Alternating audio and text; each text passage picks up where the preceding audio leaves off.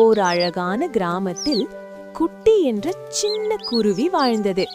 அது மற்ற குருவிகளைப் போல அல்ல. நான் வானத்தின் உச்சம் வரை பறக்க வேண்டும் என்பதே அதன் பெரிய கனவு. ஆனால் மற்ற பறவைகள் சிரித்தன. நீ ரொம்ப சின்னது, முடியாது என்றன. ஒரு நாள் பெரிய புயல் வந்தது. மரங்கள் ஆடியது. அந்த நேரத்தில் ஒரு சின்ன குழந்தையின் தொப்பி பறந்து போனது. யாரும் உதவ வரவில்லை. அப்போ குட்டி தைரியமாக பறந்தது.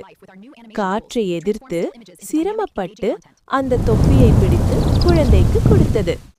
குழந்தை மகிழ்ச்சியில் குதித்தது. அனைத்து பறவைகளும் ஆச்சரியப்பட்டன.